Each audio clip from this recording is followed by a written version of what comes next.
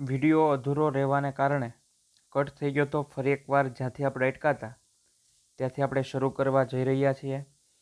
જમીન મહેસૂલ ઉઘરાવવાની પ્રથા ત્યાં આપણે અટકાતા એ મુદ્દો ચાલતો હતો. એ મુદ્દામાં આપણે બીજો 8.3.1નો ખેત ધિરાણ ત્યાં આપણે એ મુદ્દો ચાલતો હતો એનો અભ્યાસ કરતા હતા. આપણે ત્યાંથી કન્ટિન્યુ કરીએ ખેત ધિરાણનું કે ભારતમાં 1951માં અંદાજે 71.6% ખેત ધિરાણથી નાણાં છે ધીરનારના વ્યવસાય કરતા લોકો દ્વારા કરવામાં આવતું હતું. આ ધિરાણ તેઓ ખૂબ ઊંચા વ્યાજ દરે ખેડૂતોને પૂરું પાડતા હતા. આ ઉપરાંત તેઓ હિસાબમાં ગડબડ કરી ખેડૂતોને છેતરતા હતા. ત્યાં સુધી આપણે એની ચર્ચા કરી હતી એ વિડીયોમાં. આગળ આઝાદી પછી સરકારે રાષ્ટ્રીય સ્તરે બેન્કોનું વિસ્તરણ કરતા નાણાં ધીરનારનો વ્યવસાય કરતા લોકોનું મહત્ત્વ ઘટ્યું છે. સરકારે 1975થી પ્રાદેશિક ગ્રામીણ બેન્કોનું અને 1982થી નાબાર્ડ, જો આ એક માર્કમાં પ્રશ્ન બોર્ડમાંય પૂછે ને આ અગત્યનો, NABARD નાબાર્ડનું પૂરું નામ જણાવો. National bank for agriculture and rural development. ફરીવાર ખૂબ અગત્યનો પ્રશ્ન છે. પ્રાદેશિક ગ્રામીણ બેન્કો અને 1982થી NABARD national bank for agriculture and rural ડેવલપમેન્ટની રચના કરી સંસ્થાકીય ખેત ધિરાણનો વ્યાપ વધાર્યો છે એમ કહી શકાય. તેમજ આ સઘન પ્રયાસને કારણે વર્તમાન સમયમાં નાણાં ધીરનારનો વ્યવસાય કરતા લોકો દ્વારા માત્ર 27% ખેત ધિરાણ પૂરું પાડવામાં આવ્યું, જ્યારે બાકીનું મોટાભાગનું ખેત ધિરાણ વિભિન્ન સંસ્થાઓ દ્વારા પૂરું પાડવામાં આવે છે. આ તમામ બાબતો પરથી સ્પષ્ટ થાય છે કે ખેડૂતોનો સંસ્થાકીય ખેત ધિરાણના માધ્યમો સિવાય ખેત ધિરાણમાં ધિરાણ મેળવવા પાછળનો ખર્ચ ઊંચો રહેતો હોવાથી ખેડૂતોને કૃષિ ક્ષેત્રની આવક એટલે કે નફો નહિવત રહેતો હોવાથી ખેડૂતોને વધુ ઉત્પાદકતા મેળવવા કે ખેતીજન્ય કામ કરવાનું આકર્ષક રહેતું ન હતું, જેના કારણે કૃષિ ક્ષેત્રમાં સતત નીચી ઉત્પાદકતા જોવા મળી એમ આપણે કહી શકીએ. ત્યારબાદ જોઈએ તો કૃષિ પેદાશની વેચાણ વ્યવસ્થા કેવી છે. કૃષિની જે પેદાશો છે એની વેચાણ વ્યવસ્થા કેવી રીતની જોવા મળે છે, તો કે ભારતમાં નબળા પાયાના માળખા ઇન્ફ્રાસ્ટ્રક્ચરને કારણે અંતરિયાળ ગ્રામ્ય વિસ્તારોને અને ખેત બજારોને જોડતા યોગ્ય રોડ રસ્તા કે વાહન વ્યવહારની સગવડ યોગ્ય નથી. ઉપરાંત ખેત બજારોમાં ખેત ઉત્પાદન પછી તરતના બજાર ભાવ અને મોસમના અંતે મળતા ભાવ વચ્ચે મોટો તફાવત જોવા મળે છે. મોટાભાગે ખેત પેદાશોના ઊંચા ભાવોના લાભ ખેડૂતોને બદલે વેપારીઓ અને સંગ્રાહકોને મળે છે. દેવામાં ડૂબેલા ખેડૂતોને દેવાની ચૂકવણી કરવા પોતાના ખેત પેદાશોને ઘણીવાર ઉત્પાદન પહેલાં જ સ્થાનિક શાહુકારો કે દલાલને વેચી દેવામાં આવે છે. ખેડૂતો ઓછા માહિતગાર હોવાથી બજાર અંગેની જાણકારી, બજાર ભાવ અંગેની જાણકારી, બજારમાં વેચાણની પદ્ધતિની જાણકારી વગેરે ન ધરાવતા હોય પોતાના ખેત ઉત્પાદનનું સારું વળતર મેળવી શકતા નથી, જેના કારણે તેઓ નિરાશાવાદી બને છે. ફરી એકવાર, કૃષિ પેદાશોની વેચાણ વ્યવસ્થા ભારતમાં નબળા પાયાના માળખા એટલે કે ઇન્ફ્રાસ્ટ્રક્ચરને કારણે અંતરિયાળ ગ્રામ્ય વિસ્તારોને અને ખેત બજારોને જોડતા યોગ્ય રોડ રસ્તા કે વાહન વ્યવહારની સગવડ યોગ્ય નથી. ઉપરાંત ખેત બજારોમાં ખેત ઉત્પાદન પછી તરતના બજાર ભાવ અને મોસમના અંતે મળતા ભાવ વચ્ચે મોટો તફાવત જોવા મળે છે.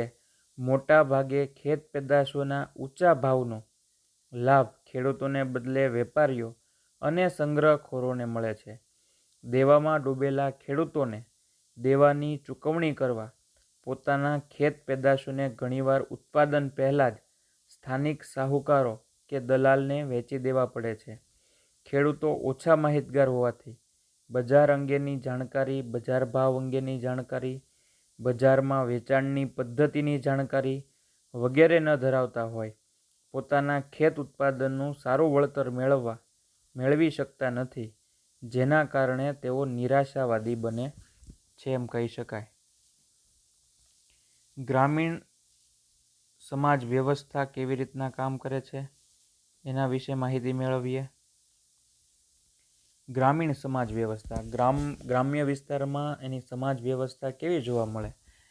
તો કે ભારતના ખેડૂતો મોટા ભાગે પ્રારબ્ધવાદી હોય છે અને અપૂરતી માહિતી ધરાવે છે. પ્રારબ્ધ એટલે નસીબના ઓળે બેઠી રહે કે નસીબમાં હશે તો મળશે, પણ એવું નથી હોતું. જો મહેનત યોગ્યસર પદ્ધતિસર મહેનત કરવામાં આવે તો સફળતા મળે જ છે.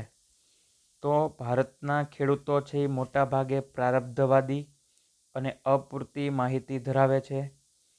ગ્રામ્ય સમાજ જૂનવાણી પરંપરાઓ, જે રૂઢિગત પરંપરાઓ છે અને વ્યવસ્થાઓથી બંધાયેલો છે. એ નવું કરવા ન હોય છે, એ જૂનું જે હાલતું હોય એ જ કર્યા કરે.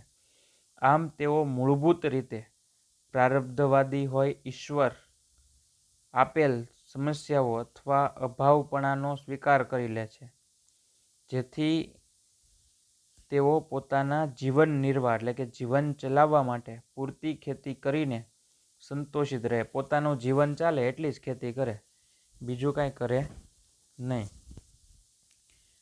તેઓમાં આર્થિક વિકાસ કરવા, ખેતીનો વિકાસ કરવા, આવકમાં વૃદ્ધિ કરવા જેવી પ્રેરણાઓ એટલે કે અભિલાષાઓ હોતી નથી.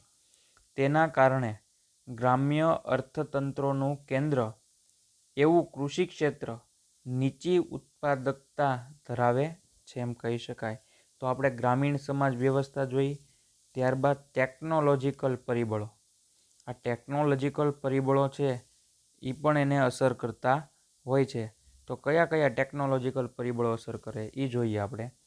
તો કે ભારતમાં કૃષિ ક્ષેત્રના પાકની બાબતમાં પરંપરાગત એવી જૂની ઉત્પાદન પદ્ધતિનો ઉપયોગ જોવા મળે છે. ખેતીના જૂના સાધનો, જૂનવાણી વિચારધારાઓ, પદ્ધતિઓ વગેરે કૃષિ ક્ષેત્રને નિર્બળ બનાવે છે. વર્તમાન સમયમાં પણ ભારતના ખેડૂતો ટ્રેક્ટરને બદલે હળ અને બળદનો ઉપયોગ કરતા જોવા મળે છે. સુધારેલા બિયારણને બદલે પરંપરાગત બિયારણો વાપરે છે, જે નીચી ઉત્પાદકતા આપે છે એમ કહી શકાય. રાસાયણિક ખાતરોની જગ્યાએ છાણિયા ખાતરનો ઉપયોગ પણ નીચી ઉત્પાદકતા સર્જે છે. પાક સંરક્ષણ માટે જંતુનાશક દવાઓ અને નવીન પદ્ધતિઓનો ઉપયોગ ભારતના ખેડૂતો ખૂબ ઓછા પ્રમાણમાં કરે છે, જેથી ભારતનું કૃષિ ક્ષેત્ર મંદ ગતિએ આગળ વધે છે. જો આવા ટેકનોલોજી પરિબળ છે, આપણે કીધું કે પહેલાં હળનો ઉપયોગ થતો, ધીમે ધીમે ભારતના ખેડૂતો ટ્રેક્ટરને બદલે હળ અને બળદનો ઉપયોગ કરતા જોવા મળ્યા. સુધારેલા બિયારણને બદલે પરંપરાગત બિયારણો વાપરે છે. તો આવી રીતના આ મુખ્ય નીચી ખેત ઉત્પાદકનું કારણ છે. અત્યાધુનિક ટેકનોલોજી હોવા છતાં, ઉચ્ચ હાઇબ્રિડ બિયારણો હોવા છતાં એ પરંપરાગત અને રૂઢિગત રીતે ખેતી કરે છે અને પ્રારબ્ધ એટલે કે પોતાના નસીબ ઉપર આધાર રાખીને બેસી રહે છે. એટલા માટેનું એક મુખ્ય કારણ નીચી ખેત ઉત્પાદકતાનું છે. આ ઉપરાંત અન્ય કારણો પણ છે નીચી ખેત ઉત્પાદકતાના. તો એ અન્ય કારણોમાં કોનો સમાવેશ થાય? તે અન્ય કારણો જોઈએ નીચી ખેત ઉત્પાદકતાના, તો વસ્તીનું ભારણ. ભારતના કૃષિ ક્ષેત્રની નીચી ઉત્પાદકતા પાછળનું એક મોટું કારણ ખેતી પર વસ્તીનું વધુ પડતું ભારણ છે. ફરી એકવાર, અન્ય પરિબળોમાં કોનો સમાવેશ થાય? તો પહેલું છે વસ્તીનું ભારણ. ભારતના કૃષિ ક્ષેત્રની નીચી ઉત્પાદકતા પાછળનું એક મોટું કારણ ખેતી પર વસ્તીનું વધુ પડતું ભારણ છે.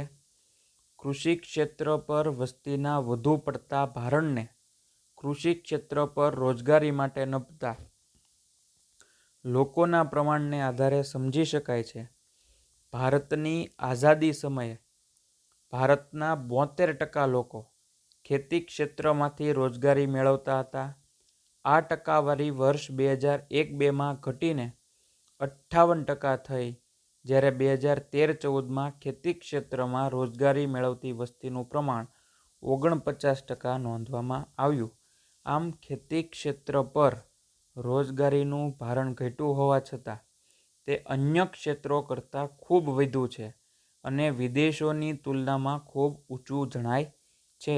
અહીં ખેતી ક્ષેત્રે કુલ ઉત્પાદનનું જે પ્રમાણ મેળવે તેને વધુ પડતી વ્યક્તિઓ વચ્ચે ઉત્પાદન અથવા આવક સ્વરૂપે વહેંચાતું હોય. શ્રમની ઉત્પાદકતા ઘણી નીચી જોવા મળે છે. તમે જો વસ્તીનું ભારણ, ધીમે ધીમે વસ્તીનું ભારણ એટલું વધતું ગયું. આપણે અગાઉ તમે જ્યારે બેકારીનો પ્રશ્ન, બેરોજગારીનો જોઈએ તો પ્રચ્છન્ન એટલે કે છુપી બેરોજગારી વિશે આપણે માહિતગાર છીએ કે છુપી બેરોજગારીમાં શું આવે, તો કે ખેતીમાં ખરેખર જેટલા કામ કરતા દેખાય ખરેખર એટલા બધાની કામની જરૂર હોતી નથી, એટલે કે છુપી પ્રચ્છન્ન બેરોજગારી અથવા બેકારી તરીકે ઓળખાય છે.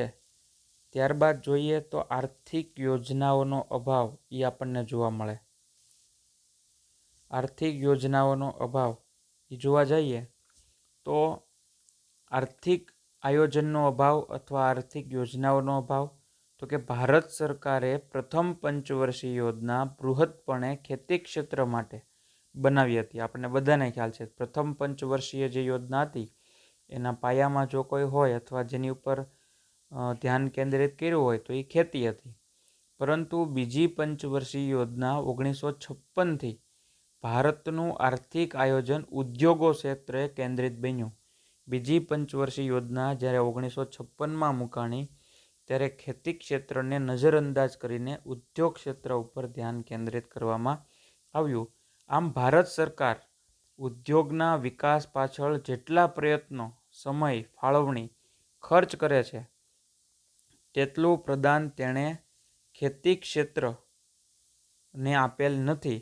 સરવાળે એમ કહી શકાય કે ભારતનું કૃષિ ક્ષેત્ર અનિયમિત અને મંદ દરે વિકાસ કરતું ક્ષેત્ર હોવાથી સરકાર પણ કૃષિ ક્ષેત્રને જરૂરી પ્રમાણમાં સહાયક બની નથી અને આ જ કારણથી ભારતના કૃષિ ક્ષેત્રની સ્થિતિ ચિંતાજનક બની ગઈ છે એમ કહી શકાય. તો વિદ્યાર્થી મિત્રો, આપણે નીચી ખેત ઉત્પાદકતાના કારણો સમજવાનો પ્રયત્ન કર્યો કે નીચી ખેત ઉત્પાદકતાના કારણો કયા હોય. ફરી એકવાર હાઇલાઇટ જોઈ લઈએ તો કે નીચી ખેત ઉત્પાદકતા માટે સંસ્થાકીય પરિબળો, ટેકનોલોજીકલ પરિબળો અને અન્ય પરિબળો આ મુખ્ય હતા. સંસ્થાકીય પરિબળોની ચર્ચા આપણે કરી. ત્યારબાદ જમીન મહેસૂલ ઉઘરાવવાની પ્રથા, ખેત ધિરાણ એ બધાની ચર્ચા કરી.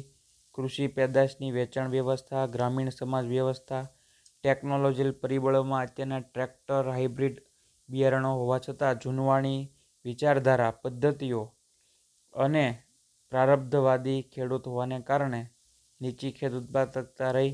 અન્ય પરિબળોમાં આપણે વસ્તીનું ભારણ, વસ્તીનું વધુ પડતું ભારણ એ પણ અસર કરે છે.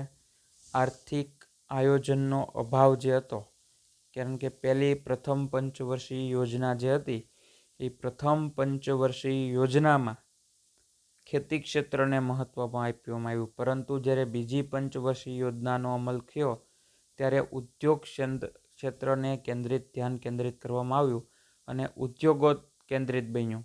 આમ ભારત સરકાર ઉદ્યોગોના વિકાસ પાછળ જેટલો પ્રયત્નો, સમય, ફાળવણી ખર્ચ કરે તેટલું પ્રદાન તેણે ખેતી ક્ષેત્રે આપેલ નથી. આમ કહી શકાય કે ભારતનું કૃષિ ક્ષેત્ર અનિયમિત અને મંદ દરે વિકાસ કરતું ક્ષેત્ર હોવાથી સરકાર પણ કૃષિ ક્ષેત્રને જરૂરી પ્રમાણમાં સહાયક બની નથી અને આ જ કારણથી ભારતના કૃષિ ક્ષેત્રની સ્થિતિ ચિંતાજનક બની હતી.